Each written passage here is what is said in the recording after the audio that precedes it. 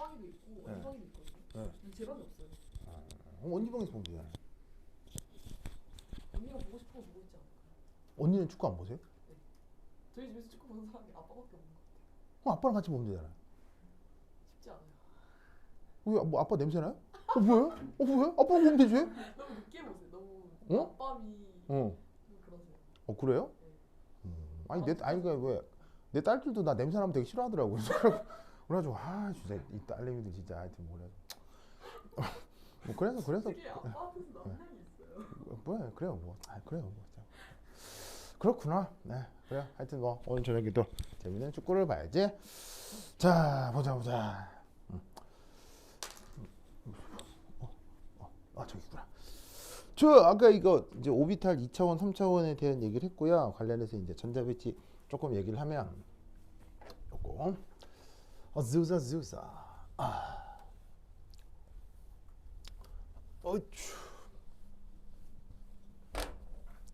자, 두 번째는 2차원에 대한 전자배치.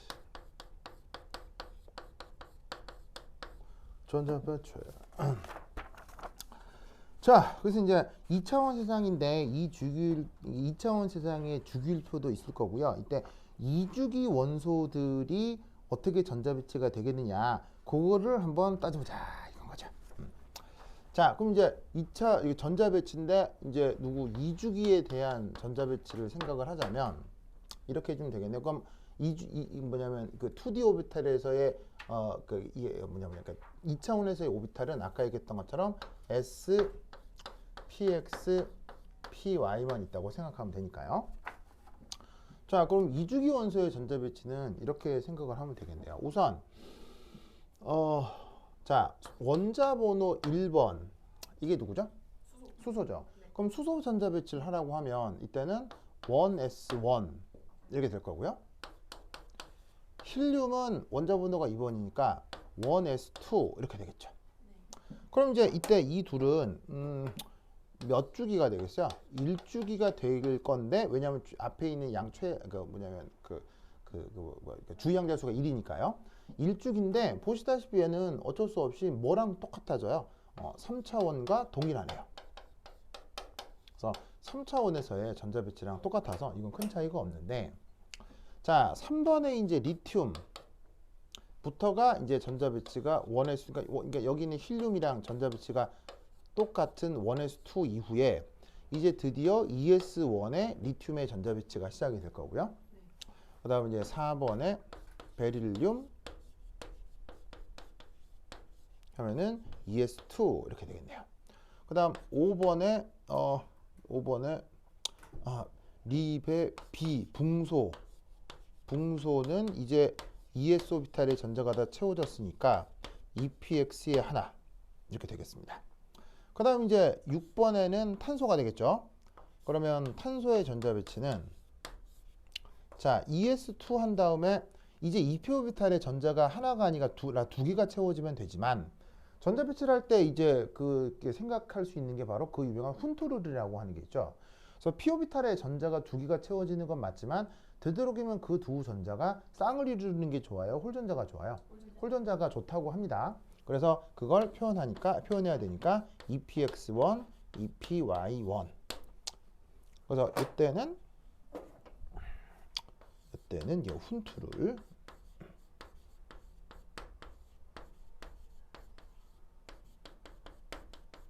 이 훈투를 고려해서 이렇게 홀전자 많아진 전자배치를 해주시고요. 자, 그 다음 7번 원소는 누구야? 7번은 그 다음 질소가 되겠죠? 네. 그럼 질소는 자, 선택의 여지 없이 ES2, EPX2, EPY1 이렇게 되겠네요. 그리고 8번이 산소가 되겠습니다. 8번은 이제 ES2, EPX2, EPY2. 그러면 이게 2주기 원소 전체가 되겠죠. 바로 여기에 있는 여기서부터 여기까지 이게 2주기 원소 전체라고 할 수 있겠네요. 자, 왜냐하면 한 오비탈에는 최대 전자가 몇 개까지 들어갈 수 있죠? 2개까지 들어갈 수 있죠. 그거와 관련된 원리는? 네 개가 전부 같은. 파울리의 베타올리죠. 파울리의 베타올리. 파울리의 베타올리.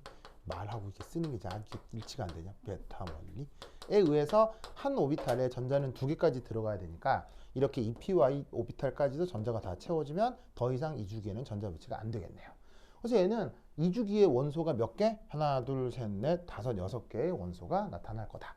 어디에서는 2차원에서. 됐죠? 그래서 이렇게 하면은 여기 이제 이 문제의 1차적인 답이 되고요. 근데 이제 놀랍게도 이 문제는 내가 볼 때 이 문제가 나쁘지 않은 게 이게 또 참 묘한데 여기서 또 하나 더 물어요. 뭘 또 물었죠? 바로 이온화 에너지 경향성을 묻고 있습니다.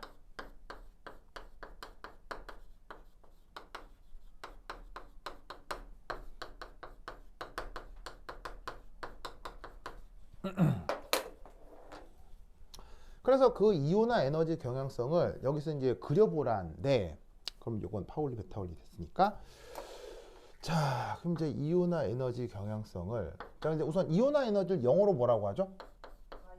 아이오니제이션 에너지라고 해서, 이게 이제 그래서 줄임말을 보통 IE 이렇게 많이 쓰죠.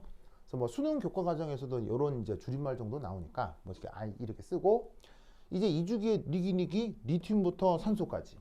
그럼 이제 이렇게 쭉 이제 확장을 해가지고는 살라문에 여기까지가 이제 원자 번호우, 번호우라고 해보자. 자, 그럼 이때 여기 이제 니가 있을 거냐면, 저기에 3번에 리튬, 그 다음에 4번에 베릴륨, 그 다음에 5번에 똥쇼, 그 다음에 6번에 탄쇼, 그 다음에 7번에 질쇼, 8번에 샨쇼. 자, 이렇게 됐을 때 이 이온화 에너지 경향성 그리라고 하면 가장 기본적으로는 어떤 경향성이 있느냐? 바로 요런 우상향 경향성이 기본적으로 있죠. 그 이온화 에너지에는. 어떤 특징이 있냐면 가장 기본적인 특징은 그 이온화 에너지가 커져요. 보통 뭐 할 때? 보통 원자 번호가 커질 때. 이게 이제 보통의 가장 그냥 그 보통의 경향성입니다. 원자 번호를 보통 Z라고 많이 쓰죠. 그러면 원자 번호 커질 때 그 같은 주기에서 이온화 에너지 커지는 이유를 뭐 굳이 말로 설명하자고 하면 뭐라고 보통 대답해요? 유효했잖아. 그렇지. 원자 번호가 커지면 요 Z 이펙티브라고 하는 유효 핵전하가 가장 크게 양의 상관관계를 갖게 되는데, 원자 번호 커지면 유효핵전하가 동시에 커지니까 그 최외각 전자를 제거할 때 큰 에너지가 필요하다 라고 해서 가장 기본적인 경향성은 바로 저 우상향 경향성입니다. 됐죠? 자, 근데 이제 여기서 어디 갔어? 내 거 찾아야지. 내 거 어디 갔어? 내 거? 여기 내가 안 꺼냈구나. 여기 있다. 자, 이 경향성인데, 이제 여기에서 이 이온화 에너지의 경향성은 또 누구의 영향을 강력하게 받아요? 바로 그 각 원자들의 전자 배치와 또 밀접한 관련이 있죠. 그러다 보니 여기에서 요 이온화 에너지 경향성이 여기에서 여기 보시면은 짠, 그다음에 짠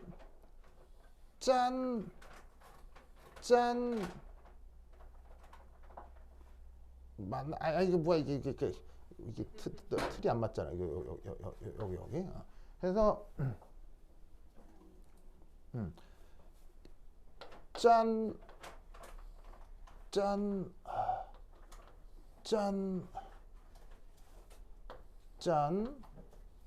짠. 오, 그렇다. 이렇게.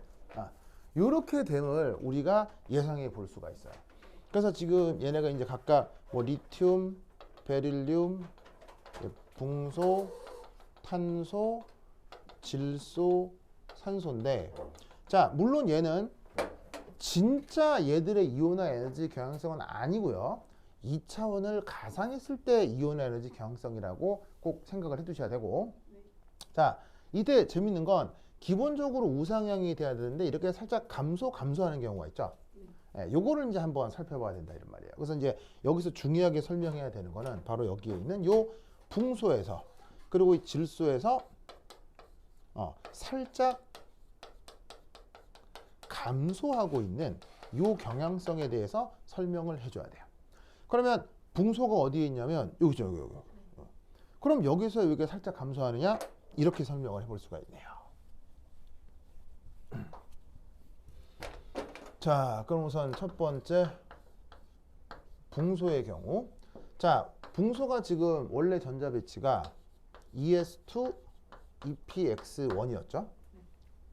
그런데 얘를 만약에 전자를 하나 띄어가지고 1 플러스 양이온으로 만든다면 이때의 전자 배치는 어떻게 되겠어요? ES2가 되겠죠. 그럼 이때 왜 저 붕소에서 살짝 저렇게 이온화 에너지가 예상보다 작아지느냐면 이 S오비탈이라고 하는 녀석의 특별한 성격이 있죠. 자, S오비탈은 아주 중요한 어떤 성격을 갖죠? 바로 침투 효과라는 걸 갖습니다.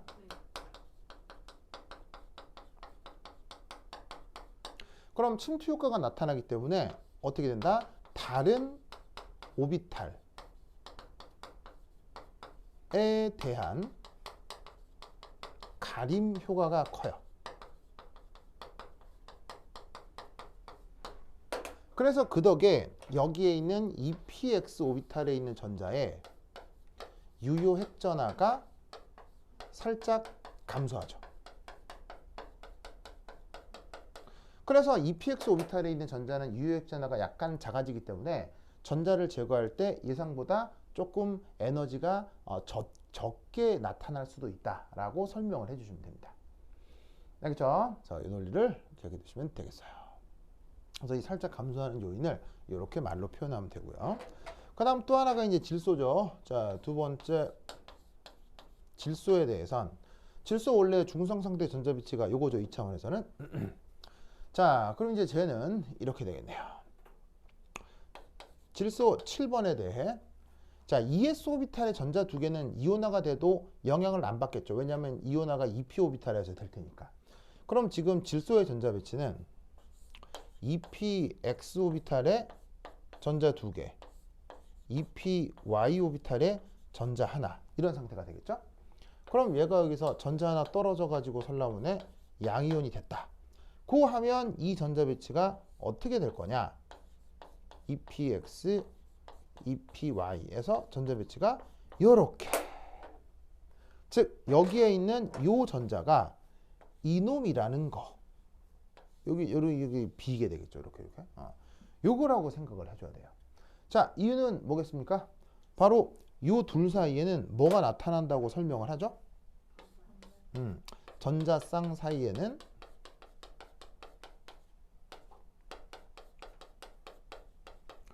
전자 간 뭐가 크다? 전자 간 청력이 나타날 수 있다.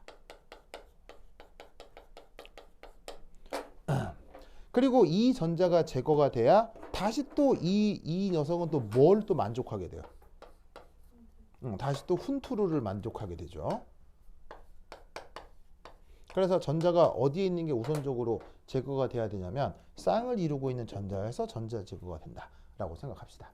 그러면 전자 간 청력이 있기 때문에 이 전자는 그 청력만큼 이 핵하고의 인력의 에너지가 좀 좀 적어진다고 볼 수 있겠죠. 그래서 이 전자를 제거할 때 예상보다 더 적은 에너지가 필요하고 그 덕에 이온화 에너지가 살짝 감소할 수 있다라고 판단을 해주면 되겠습니다. 그래서 전반적으로는 우상향인데 이 베릴륨하고 질소에서 살짝 감소한다. 이런 경향성을 얘기해 주시면 되겠습니다. 요거 됐죠? 그렇죠? 오케이, 됐다. 짭짭. 자, 그 다음 2번입니다. 2번. 2번. 이거를 왜 냈을까요? 2번 이걸 왜 냈을까요? 2번을. 그럼 2번 이거 왜 냈을까요? 자, 봅시다. 자, 지금 나이 됩니다.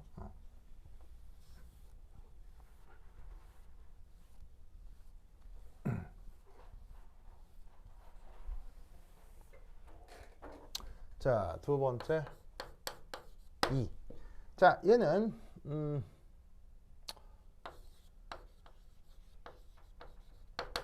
유기화학입니다. 그래서 화학의 아주 중요한 그 무엇이냐, 연구 영역 중에 유기화학이라고 하는 그 아주 중요한 연구 학문이 있습니다.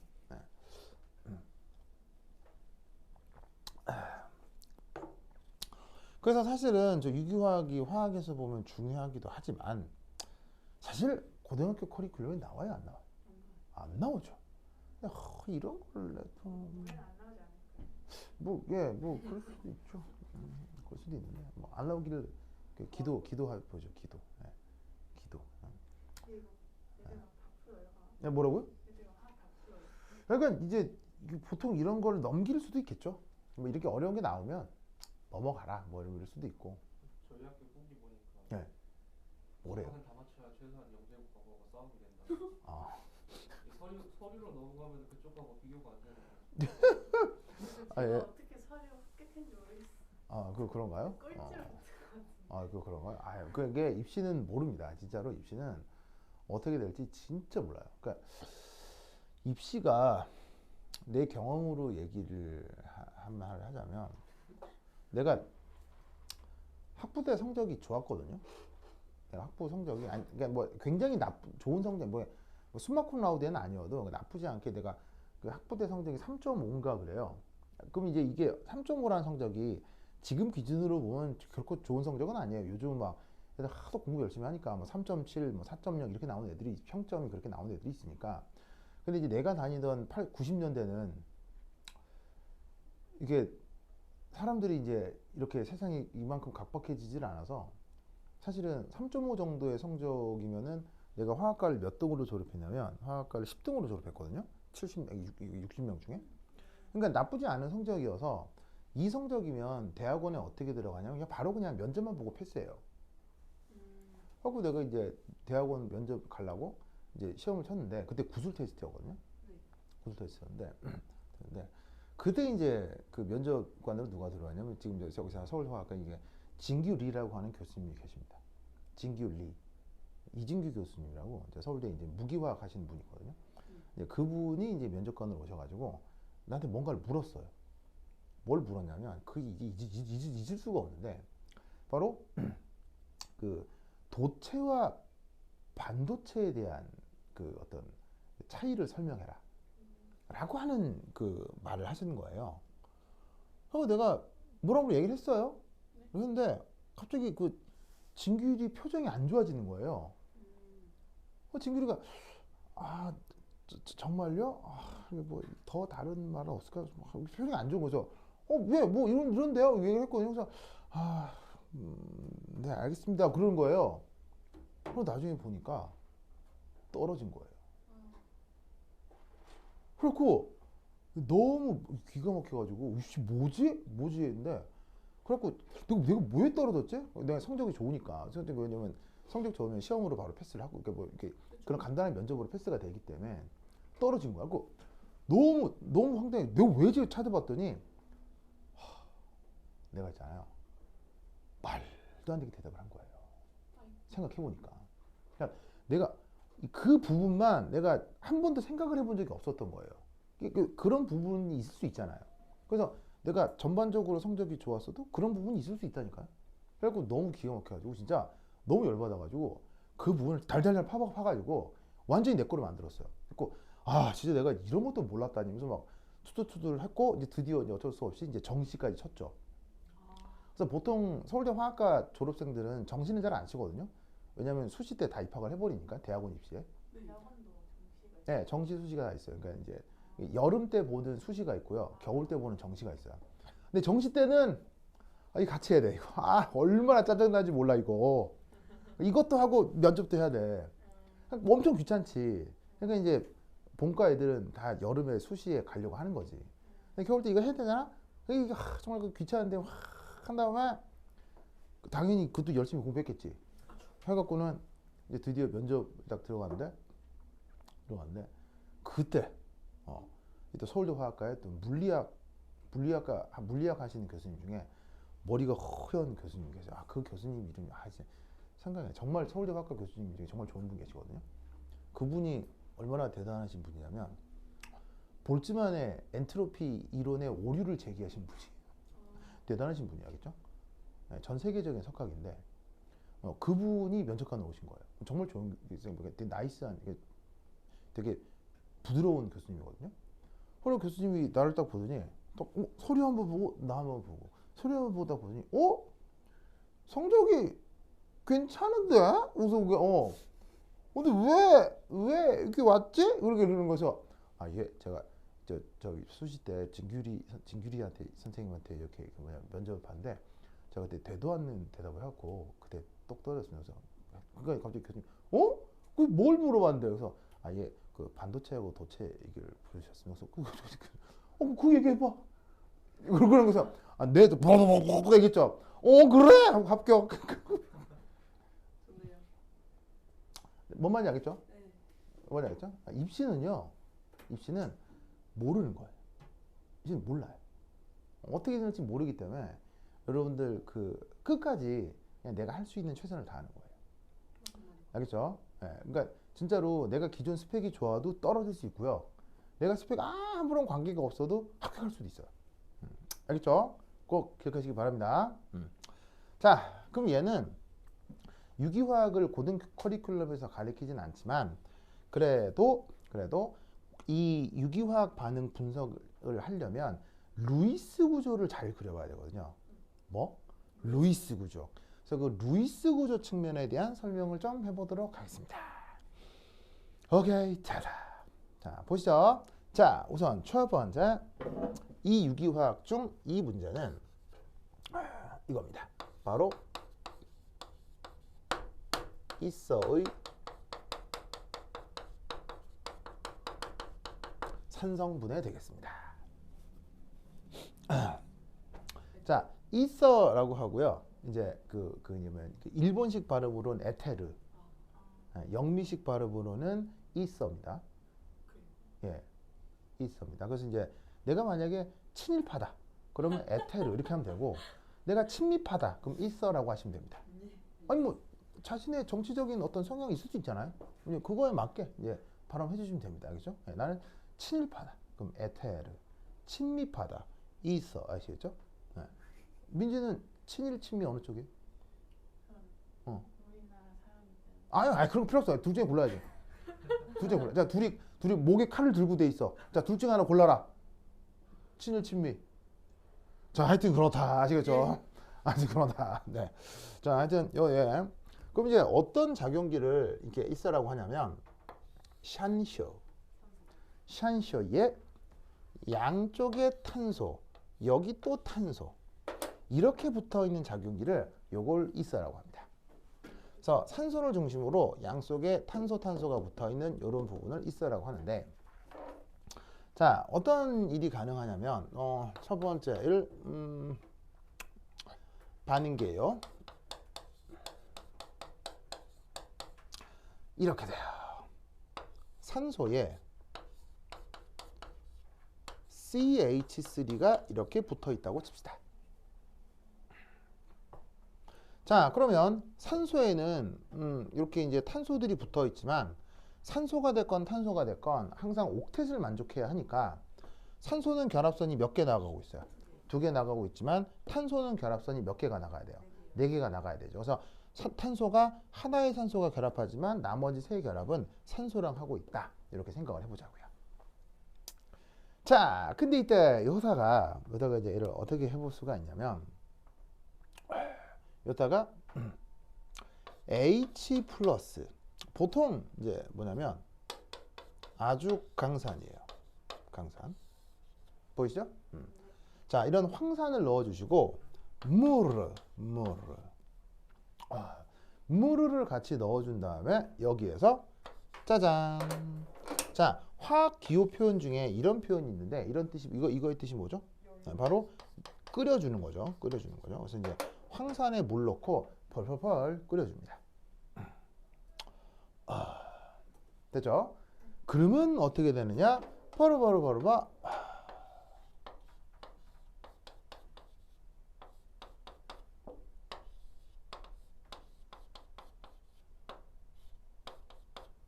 이렇게 됩니다. 이렇게 됩니다. 결국 이 둘은 같은 겁니까? 다른 겁니까? 같은 건가? 이 둘은 같은 거긴 한데 묘하게도 이게 노란 분필이 없어. 노란 분필. 너무 불편한데? 잠깐만 있어봐요. 노란 분필 좀 가지고 올게요. 네. 내가 노란색 많이 쓰는데. 노란 분필.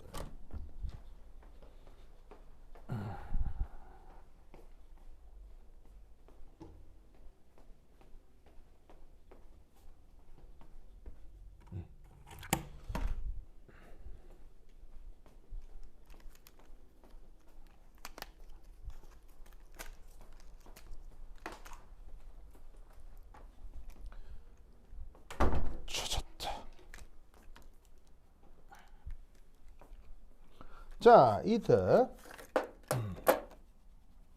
여기에 있는 원래 있어라고 하는 꽃에 붙어 있었던 요 산소 있죠. 그게 나중에 이게 되고요. 그 다음 외부에서 넣어준 무르 있죠. 무르. 이 무르의 산소가 나중에 이쪽으로 들어가요. 물론 양쪽은 둘 다 동일합니다. 둘 다 동일한 물질인데 요 산소의 출처가 하나는 여기서 하나는 여기서. 알겠죠? 이때 요 분자 이름을 혹시 아시나요? 요 분자 이름? 예, 바로 메테이놀입니다. 왜? 메탄올, 에탄올 이런 말은 알잖아요. 이게 정확하게 유기학을 몰라도 메탄올, 에탄올 정도는 이렇게 중학교 과학책에도 한 번씩 나올 수 있으니까 바로 그런 녀석인데 이렇게 산소에 한쪽에 CH3 한쪽에 수소가 붙어 있는 이런 분자를 메타이놀이라고 합니다. 여하튼 자, 그럼 이때 얘가 어떤 연차로 이렇게 되느냐? 자, 걔를 한번 살펴보면 이렇게 되겠네요.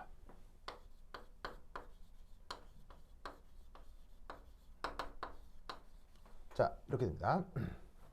샨쇼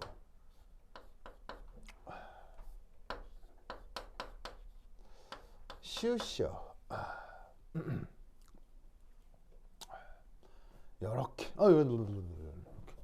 요렇게 됐죠? 자, 이제 여기서 어떻게 될 수 있느냐? 여기 산소에는 여러분 아시다시피 뭐가 있자요? 요런 식의 비공유 전자상 이 있지요? 있지요? 자, 그리고 이때 H2SO4 이름이 그 유명한 황산. 대표적인 무슨 산이기도 하죠?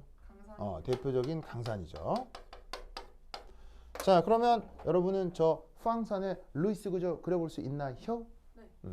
버르버르버르버 쇼쇼 샨쇼 황의 열애열애 이 열애열애 그릴 수 있는 게 바로 황산의 루이스 구조가 되겠습니다.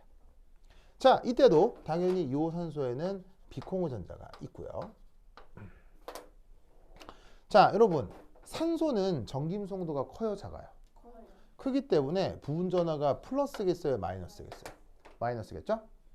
이때 붙어있는 요 황산의 수소는 전김송도가 커요, 작아요? 수소는 보통 전김송도가 작죠. 전김송도가 작으면 부분 전하를 플러스로 표현하겠어요, 마이너스로 표현하겠어요? 플러스로 표현할 수 있겠죠. 자, 그럼 이때 여기서 우리는 어떤 해석을 하냐면 이런 해석을 합니다. 여러분, 바람은 어디서 어디로 불어요? 고기압에서 저기압으로. 폭포수는 어디서 어디로 떨어져요? 위에서 아래로. 아시겠죠? 그러면 이 여기서 나타나는 공통적인 속성은 뭐냐면 고기압에서 저기압으로 바람이 흐르는 것은 물질적 측면에서 고밀도에서 저밀도로 기체 분자가 이동하는 거죠. 자, 폭포가 위에서 아래로 떨어지는 건 위쪽의 고 위치 에너지, 그 다음에 아래쪽의 저 위치 에너지에 대해서 에너지가 큰 쪽에서 작은 쪽으로 뭔가가 이동을 한 거죠. 이걸 우리가 조금 일반화해서 연력학 제2법칙이라고 하는데 이러한 유기 반응에서도 그러한 연력학 제2법칙이 당연히 적용돼야 되겠어요? 안 돼야 되겠어요? 아주 강력하게 돼야 된다 이런 말이지. 무슨 말 알겠죠? 그래서 여기서도 어떻게? 모든 물질과 에너지는 많은 쪽에서 적은 쪽으로 이동하듯이 전자, 뭐? 전자도 어디서 어디로? 많은 데서 적은 쪽으로 이동한다. 알겠죠? 그래서 이 전자가 이동을 하는데 재밌는 건 수소관, 산소관, 탄소관 항상 뭘 만족해야 돼? 옥텟을 만족해야 돼요. 여러분들이 그리고 있는 모든 루이스 구조에서는 항상 옥텟. 그러면 옥텟을 위해서 이 수소가 이 기존 산소하고의 결합 전자를 산소 쪽으로 던지는 거예요. 자, 그러면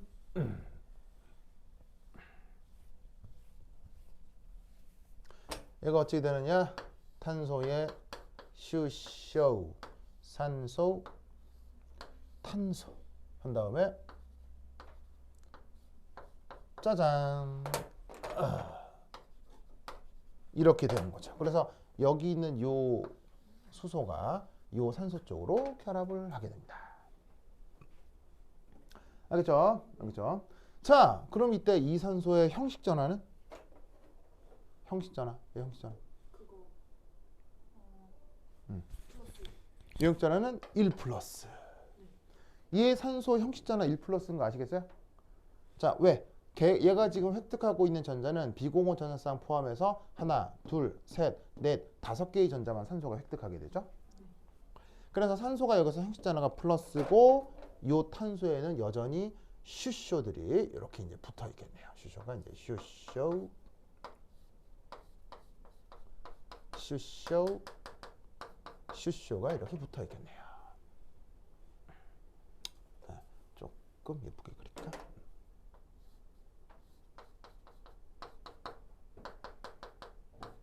이렇게.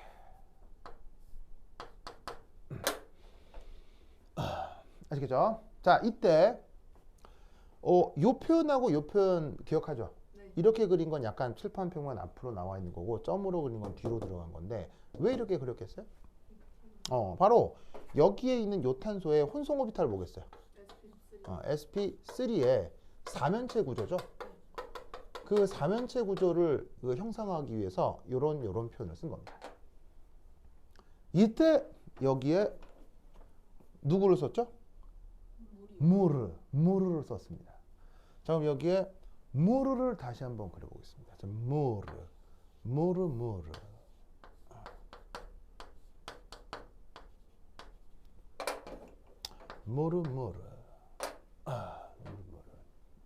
자, 여기서 이제 어떤 생각을 하냐면 산소는 원래 전기음성도가 커요, 작아요? 크죠? 그래서 보통 뭐가 돼야 돼? 마이너스가 돼야 되죠. 그런데 지금 뭐가 됐어요? 양수가 됐어요. 플러스가 됐죠. 산소는 지금 기분이 좋을까요, 안 좋을까요? 왜요? 안 좋아요? 싫겠죠. 내가 산소인데 내가 플러스네? 그럼 저 산소는 기를 쓰고 주변에서 뭐를 끌어들이려고 하겠어요? 전자를 끌어들이려고 하겠죠.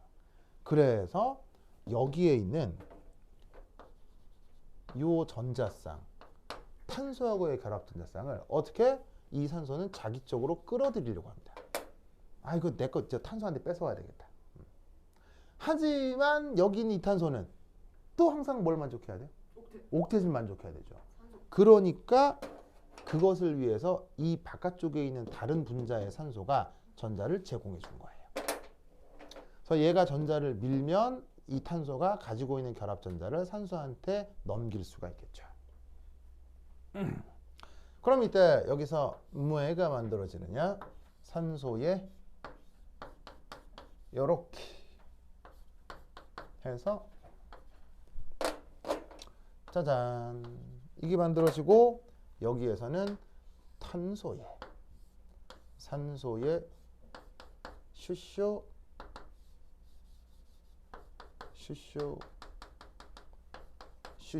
한 다음에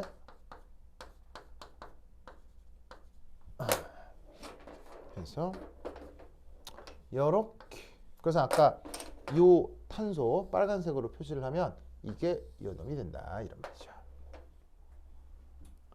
그러면 이때 여기에 있는 이 산소 형식전화 다시 어떻게 되겠어요? 얘 다시 형식전화가 1 플러스가 되겠죠? 그래서 지금 뭐가 만들어졌어요? 요 만들어진 이 하나가 이게 지금 이건 거예요. 알겠죠? 자, 그럼 이제 얘는 이후에 어떻게 되느냐? 여기서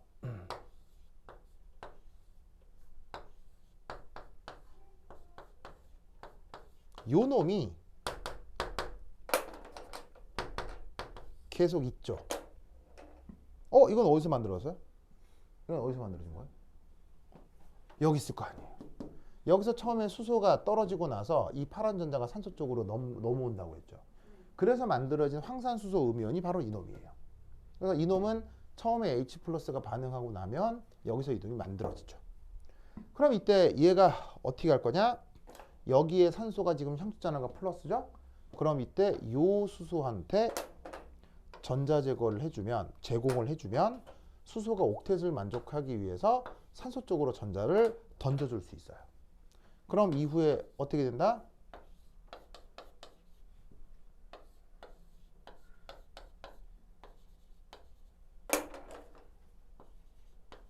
이렇게 되면서 얘는 다시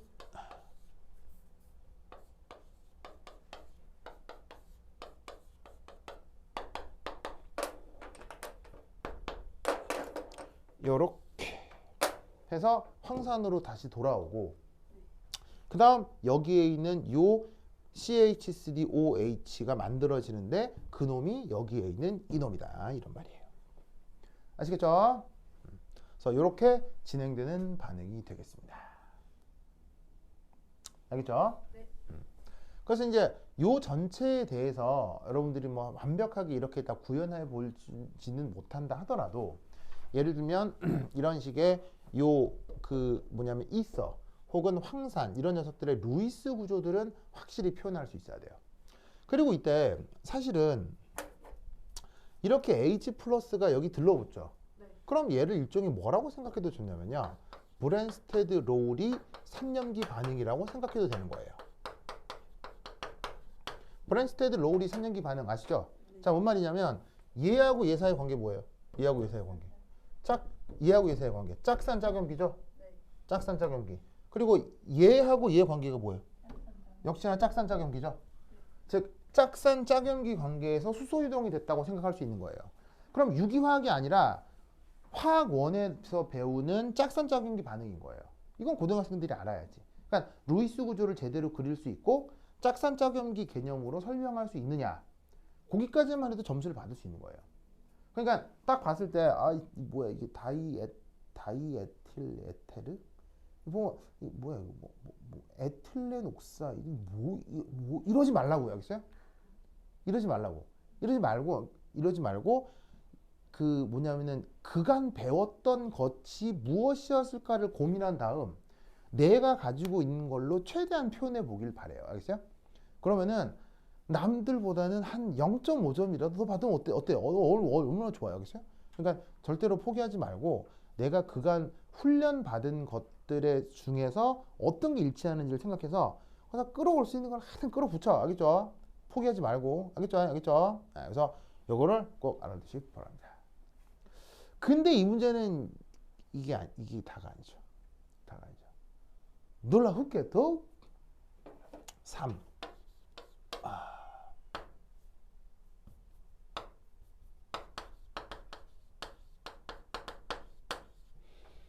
반응 속도 비교적 측면 문제가 있을 수 있네요. 반응 속도.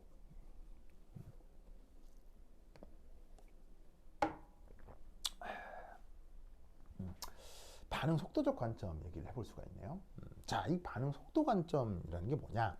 우선 그리고 자, 그러면 잘 봐요. 얘 역할은 뭐예요?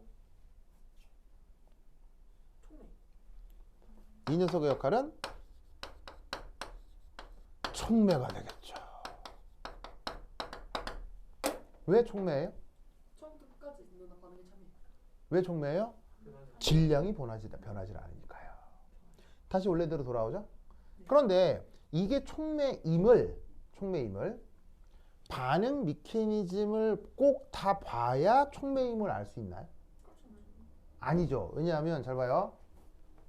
이때 반응물은 누구하고 누구예요? 반응물은 얘하고 얘일 뿐이에요. 그러면 분자량 측면에서 얘 분자량, 얘 분자량 다 더하면 이 두 분자량 더한 거랑 차이가 있어요, 없어요? 이그젝트리 세임이죠. 네. 그럼 이 말은 질량 보존적 측면에서 얘 질량 변한다는 얘기 안 변한다는 얘기예요. 그러니까 뭐다? 그렇게 판단할 수 있어요. 네. 그걸 메커니즘 상에서도 이해할 수 있는데 그냥 고등화학 1, 2 측면에서도 충분히 얘가 촉매인 것을 알아낼 수 있다는 얘기예요. 알겠죠? 좋아. 자, 그럼 이때 이 반응에 대한 속도론적 측면. 그러니까 속도론을 원래 영어 표현으로 키네틱스라고 하니까 요 이제 얘기를 좀 해보면 이때 이게 뭐냐면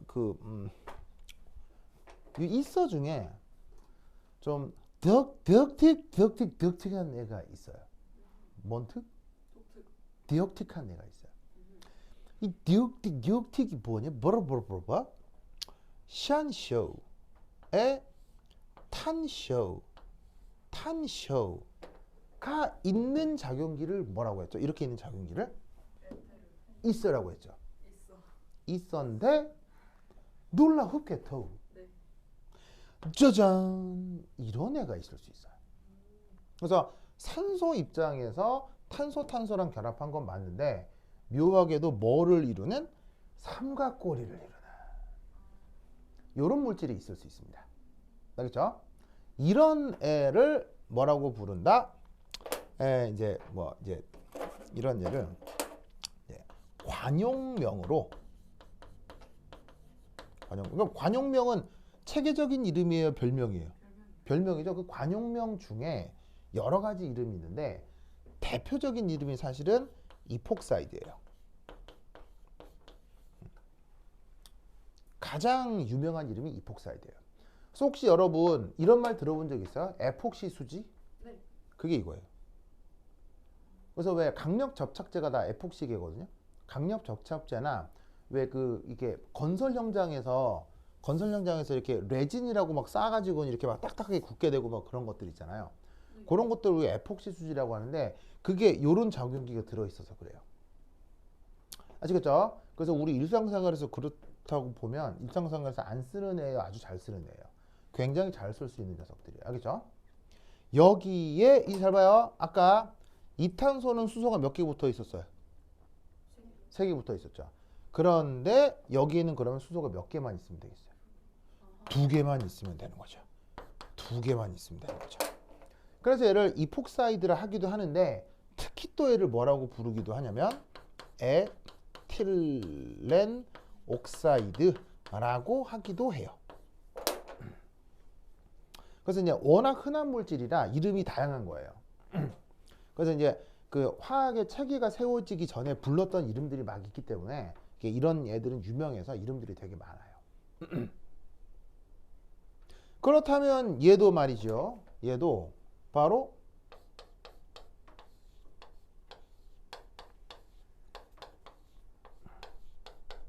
짜잔 이런 식의 짝산짝연기 반응을 할 수 있을까요? 있죠. 당연히 얘도 산소에 뭐가 있기 때문에 산소에 비공유 전자가 있기 때문에 여기서도 마찬가지로 짜잔 뭐 부분전압 얘기하신다면 수소 델타 플러스 산소 델타 마이너스인 게 편할 리가 없어요.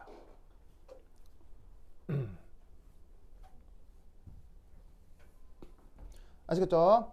그리고 나면 이때 여기서 어떻게 되느냐? 샨쇼. 자, 여기 CH2 탄소에 슈쇼 이렇게 붙어 있는데 여기 이제 슈쇼가 붙겠죠. 그럼 이때 여기가 저 산소에 의한 비공호 전자쌍에 수소가 결합된 거고 어쨌건 이때 산소의 형식자는 얼마죠? 산소 형식자는 여전히 플러스 1이 되겠죠? 이때 여기서 어떤 생각을 하냐면 마찬가지로 외부의 물이 요 탄소에 전자를 제공했죠? 네. 제공했죠? 그러면 똑같이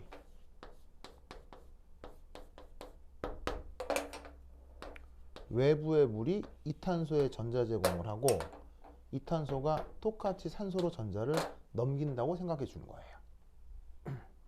그럼 여러분 그림 잘 보세요. 위쪽 그림하고 아래쪽 그림하고 뭐 심각하게 차이 나요? 굉장히 비슷해요. 굉장히 비슷하죠? 어떤 차이밖에 없냐면 얘하고 얘가 떨어져 있느냐 붙어 있느냐의 차이밖에 없어요. 3래 2. 알겠죠? 이게 서로 떨어져 있느냐 붙어 있느냐 이거밖에 없어요. 그러면 얘가 나중에 어떻게 되느냐? 바라바라바라 이렇게 됩니다.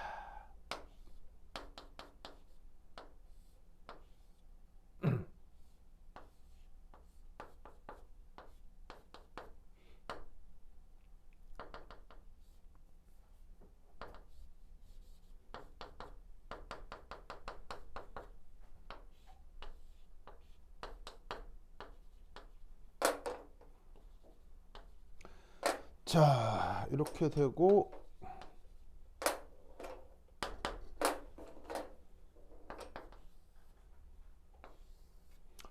이렇게 되죠.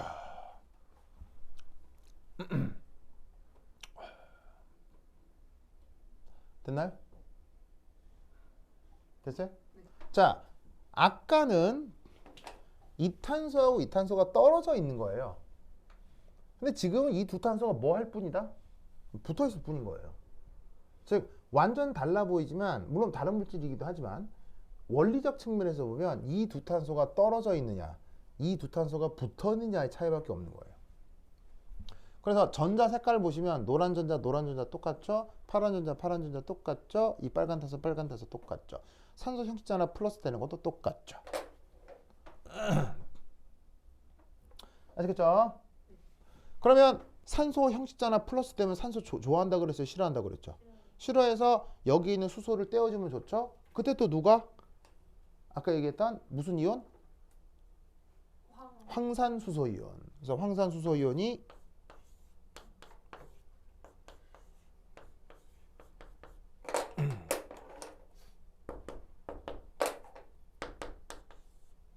여기에 있는 요 수소를 이압하고 전자 제공을 하면 수소가 전기음성을 넣은 산소한테 전자를 밀어줄 수 있어요. 똑같잖아요. 그러면 그 다음 만들어지는 얘를 뭐라고 한다? 네. 그래서 이렇게 하고 요 탄소 자리가 요거. 아시겠죠? 그렇죠? 최종적으로 이게 만들어지는 겁니다. 근데요. 네. 이런 올가닉 케미스트리에서 네. 메커니즘 따질 때 항상 저 뭐지 부분 음전압 따지고 네. 그리고 옥텟 따지고. 그리고 그저약그 플러스 마이너스 전기음성도가 아니라 네, 전기음성대 부분 전압. 부분 전압? 네. 형식 전압. 아, 형식 전압. 예, 형식 전압. 형식 전압을 통해서 이제 부분 전압을 예측할 수도 있죠. 네, 그래서 형식 전압을 항상 따져주는 거예요. 근데 형식 전압을 따지는 건요, 꼭 유기화학이라서가 아니라 루이스 구조를 그릴 때의 기본이에요.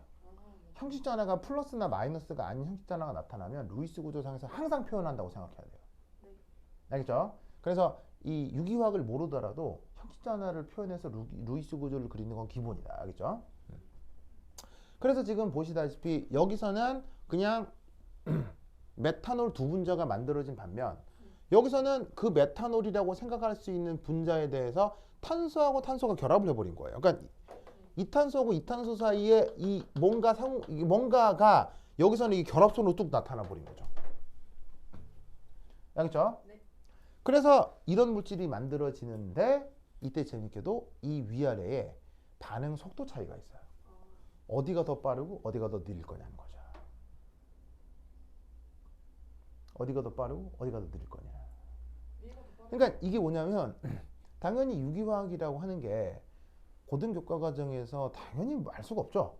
근데 딱 요런 요소를 물으면 고등학교 교과 과정으로도 생각할 수 있다라고 교수들이 보는 거예요.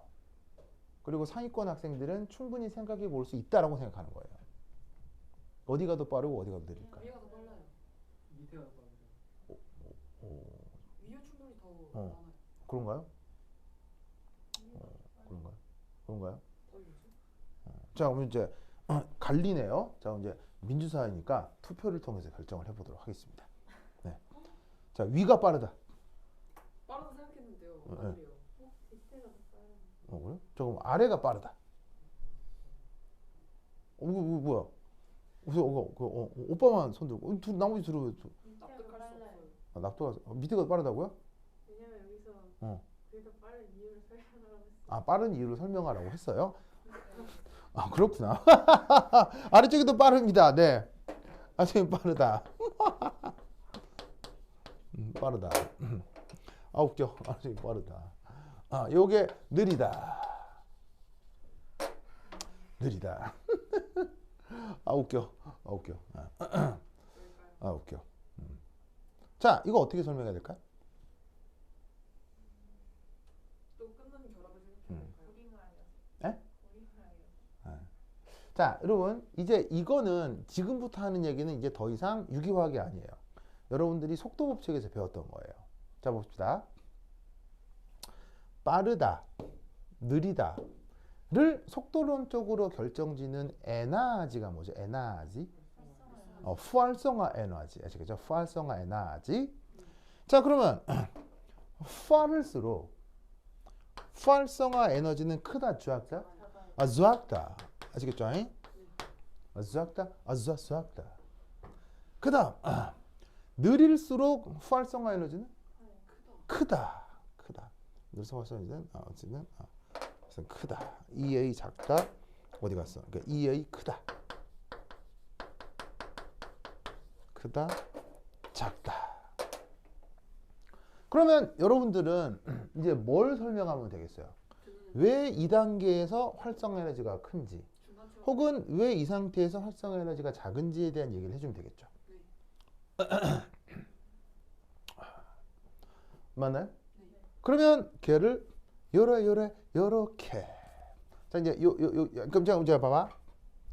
그러면 여기서 그려놓은 요 두 개가 반응물인 거고요, 그렇죠? 그쵸?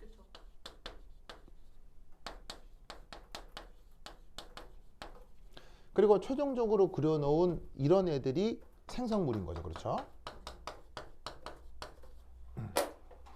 그러면 요 중간에 H 플러스를 받아들인 얘네들이 누구겠어요? 반응물도 아니고 생성물도 아니고 나타났다 사라진 이런 걸 중간체 혹은 뭐 중간 생성물 이렇게 얘기를 할 수 있어요. 알겠죠? 그렇죠? 자, 그럼 이때 여기서 이렇게 생각을 해줍니다. 자, 여기 찍을게요. 지나. 호셔. 자, 생성물 쪽만 지우도록 하겠습니다. 근데 이 반응에서는 중간체가 두 개라고 만드는 거예요. 무슨 말이죠? 아까 지우신 것도 중간체라고 말씀. 아, 그러니까 그 뒤쪽의 산전기 반응은 억수로 반응 속도가 빨라요. 억수로 반응 속도가 빠르기 때문에 전체 속도에 큰 영향을 주지는 않습니다. 네, 그래서 그 뒤쪽의 산전기 반응은 전체 속도에 큰 영향을 주지 않아 크게 고려하지 않아도 됩니다. 자, 그럼 이제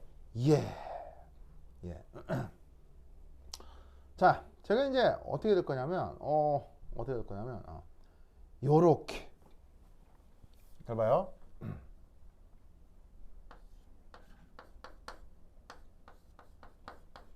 이게 어쨌건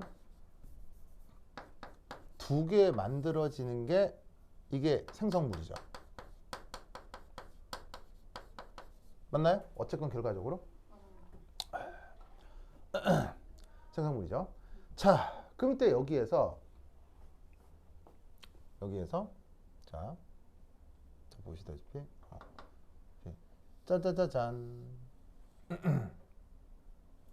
짜자자잔 이라고 하면 여기가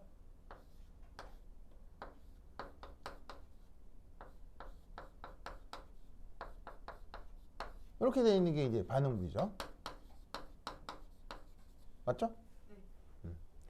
그리고 이것에 대한 중간체가 뭐냐면 가장 중요한 중간체가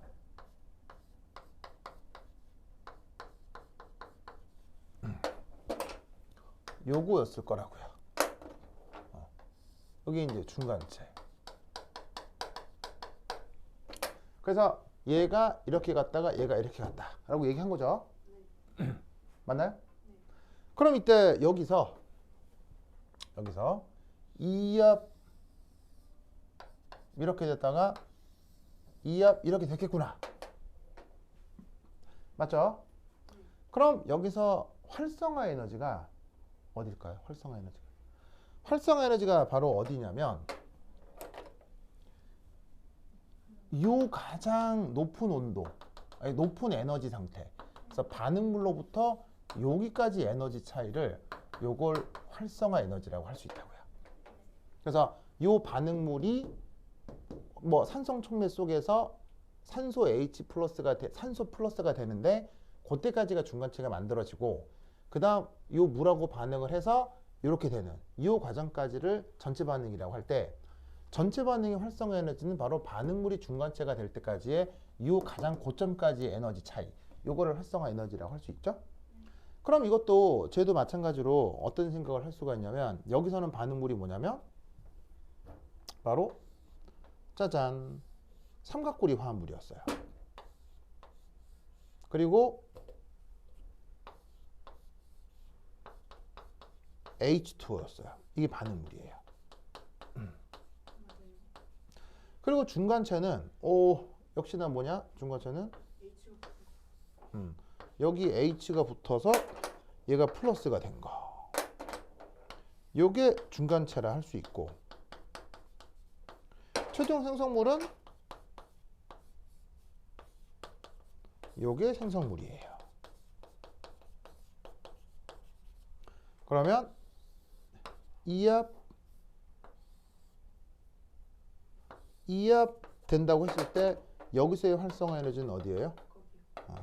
여기가 되겠죠.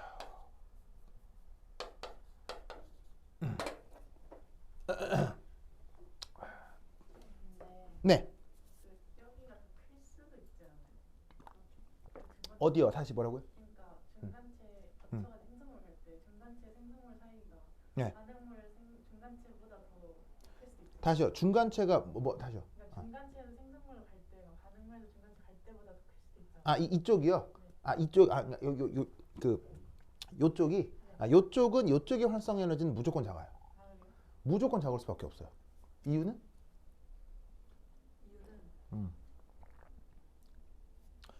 전하가 해소되기 때문에 없던 전하가 만들어지는 게 무조건 에너지적으로 불리해져요. 왜냐하면 이렇게 전하가 생긴다는 얘기는 누군가 양이온이 되고 누군가는 음이온이 된다는 얘기죠. 그럼 누군가가 양이온이 되고 누군가가 음이온이 된다는 얘기는 양이온과 음이온 사이의 거리가 멀어지고 정전기적 인력이 약화를 돼요. 그러니까 정기적으로 중성인 애가 전하를 띠게는 반응이 무조건 일어나기 어려운 일이에요. 그러면 얘는 어떻게 되냐면 전하를 띠다가 전하를 안 띠는 녀석으로 가는 거죠. 그게 무조건 안 정해져요. 그리고 훨씬 잘 일어나요. 왜? 정전기적 인력 때문에. 그래서 전체 반응의 활성 에너지는 무조건 이쪽이에요. 무조건 이쪽이에요. 이 경우에서는 그렇잖아요. 보통 그래요. 항상 그래요. 항상 뭐라고요? 없던 전하가 만들어지는 과정이 무조건 잘 안 돼요. 그리고 전하가 해소되는 과정이 무조건 잘 돼요. 그건 무조건 빠르고 자발성이 아주 커요. 그러면 정기적으로 중성에다가 전하가 나타나는 과정은 무조건 자발성이 떨어지고 느려요. 알겠죠? 명심해야 돼요. 이때 어디가 더 빠르고 어디가 더 느리다고요? 이게 빠르고 느리죠? 그럼 이 말은 이게 상대적으로 크다는 얘기예요? 작다는 얘기예요? 이게 작다는 얘기예요. 그리고 얘가 상대적으로 더 크다는 얘기죠. 그러면 왜 이게 작고 이게 큰지를 얘기해 주면 되죠. 이것도 해줍니다. 자, 이제 여기 지울게요. 지우자 쓱쓱쓱쓱 지우자. 자, 네 번째 sp3 혼성 구조. 자, sp3 혼성 구조의 가장 유명한 분자 중에 하나가 메테인이죠. 그럼 메테인 한번 길이 보면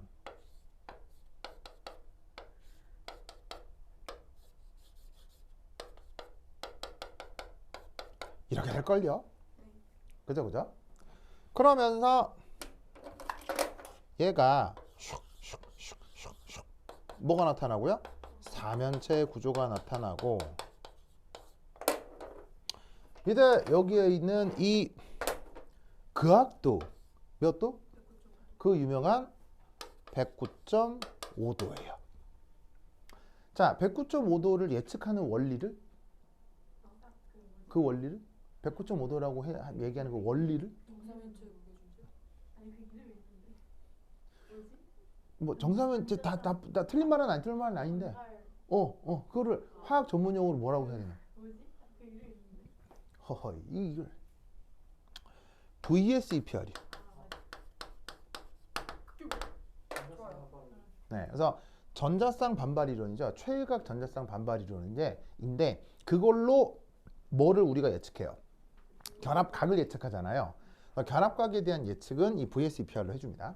그럼 109.5도일 때 이 녀석이 가장 불리하다는 얘기예요? 가장 안정하다는 얘기예요? 가장 안정하다. 결합선이 몇 개일 때? 4개일 때. 알겠죠? 어렵다고요? 저런 걸 어떻게 말을 힘드네요. 수업 시간에 네. 각도 얘기를 하기 전에 무조건 커리큘럼상 VSEPR 얘기를 할 수밖에 없습니다. 교사가. 맞아요. 그러니까 뭐 과학교육사에서가 아니고 일반 고에서 화학원 화학2를 배워도요. VSEPR란 말을 합니다. 근데 그걸 이제 한글로 뭐 결합전자쌍 반발 이론 이렇게 얘기를 할 수도 있고 그냥 귀찮으니까 VSEPR을 할 수도 있고 저건 화학1을 수강하면 누구는 배우는 얘기입니다. 왜 네. 어려운지 모르겠어요. 그거를 그런 말을 해야 됩니다. 그런 말을 하겠죠. 자, 그런데 네. 이거 몇 도? 아, 너무 작아요. 몇 도? 자, 정확하게는 아니어도 대강 60보다 멀어요. 60도 근처라고 할 수 있겠죠. 뭐 좀 더 클 수도 있고 작을 수도 있는데 뭐를 이루어야 되니까? 정삼각형인지는 알 수 없죠. 이등변 삼각형일 텐데 이게 무슨 말 알겠어요? 이게 삼각형을 이루니까 정삼각형으로 근사를 하자면 60도 근처가 아니겠나. 그럼 그것도 VSEPR을 얘기하나요? VSEPR이라기보다는 이거는 삼각형이라는 기하학적 원리 때문인 거죠. 그럼 잘 봐요. 원래는 몇 도가 돼야 되는데? 109.5도가 돼야 되는데 삼각형이라는 구조적 특징 때문에 몇 도가 됐어요? 60도. 그러면 원래 안정한 것에 비해서 몇 도가 변형이 됐어요? 50도 정도 변했죠. 50도 정도. 그럼 각도 50도는 여러분 큰 각도일까요? 작은 각도일까요? 그거요? 이게 있잖아요. 여기 스키장 가봐요. 스키장. 10도 막 이러는데 오. 예. 스키장 가면요. 스키장 가면요. 초급자 코스 여기 기록이 있잖아요. 그다음 최상급자 코스. 저기 이게 그거 스키장 가본 사람 다 가봤죠. 거기 최상급자 코스 탈 수 있는 사람. 진짜로요? 보드요? 야 운동 잘하는구나. 거기 최상급자 코스 본 사람, 봐본 사람 이렇게 봐본 사람. 수님 안 봐봤어요? 간 적이 없어요. 진짜로요? 네. 진짜. 스키는 꼭 한번 타보세요. 스키는 스노보드는 그거 해볼 만합니다. 진짜. 네. 그 가면요. 초보 입장에서 그 최상급자 코스를 보면요. 그냥 어떤 느낌이 드냐면요. 절벽이다 이런 느낌이다. 그런 느낌이 듭니다. 초보 입장에는. 그러니까 이게 완만한 코스 있잖아요. 완만한 코스는 그냥 할 수 있겠는데 해도 가다가 떼굴떼굴 굴러가는데 최상급자 코스를 초보가 보면요. 절벽이라는 느낌이 듭니다. 근데 놀랍게도 그 초급자 코스와 최상급자 코스의 각도는 10도 정도밖에 차이가 안 납니다. 네, 진짜예요. 그 10도만 차이 나도요. 사람의 체감은요. 뭐 절벽이야 뭐 이렇게 돼요. 그럼 이게 몇 도? 50도. 무지막지한 각도 변형이 이루어진 거예요. 그러면 어떻게 된다? 여기에서 결합각 변형에 의한 불안정성이 나타납니다. 그 결합각 변형에 의한 불안정성을 뭐라고 부르냐면 앵글 스트레인이라고 합니다.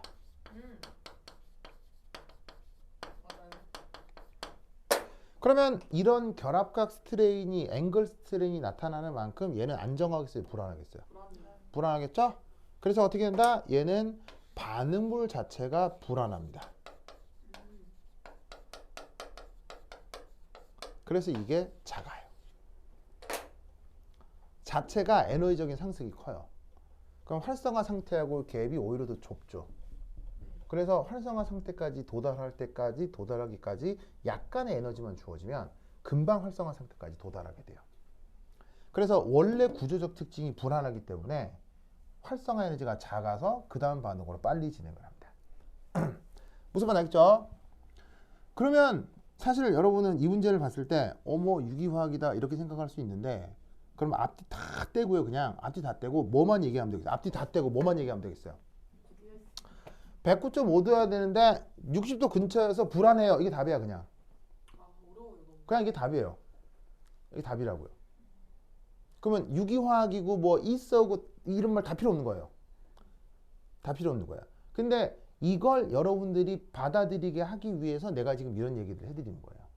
근데 그냥 교수가 원하는 답은 109.5도여야 되는데 60도라서 별로예요. 이게 교수가 듣고 싶은 말이 이거예요. 그냥. 이거만 얘기하면 돼요. 근데 활성화 에너지는 H가 붙은 것의 차이잖아요. 네, 그렇죠. 반응물이 안정한지 불안정한지와 관계없이 어차피 그것도 중간체에 있으니까. 네, 어떻게 되냐면 이제 이렇게 됩니다. H 플러스가 붙죠. 네. H 플러스가 붙으면 어떻게 되냐면 이 녀석은 이 상태에서 요 결합이 약간 헬이 될 수도 있습니다. 헬이 되면서 결합이 약간 헬이가 되면서 앵글 스트레인의 해소가 이루어질 수도 있어요. 그러면서 실제로는 요 상태하고 요 상태가 비슷해져요. 그래서 이제 또 뭐 헤이먼 포스툴레이트 뭐 이런 것들도 있는데 아니 뭐 그것까지는 됐고 뭐 하여튼 뭐 요 정도로 기억을 해두시면 되겠습니다. 오케이 됐다.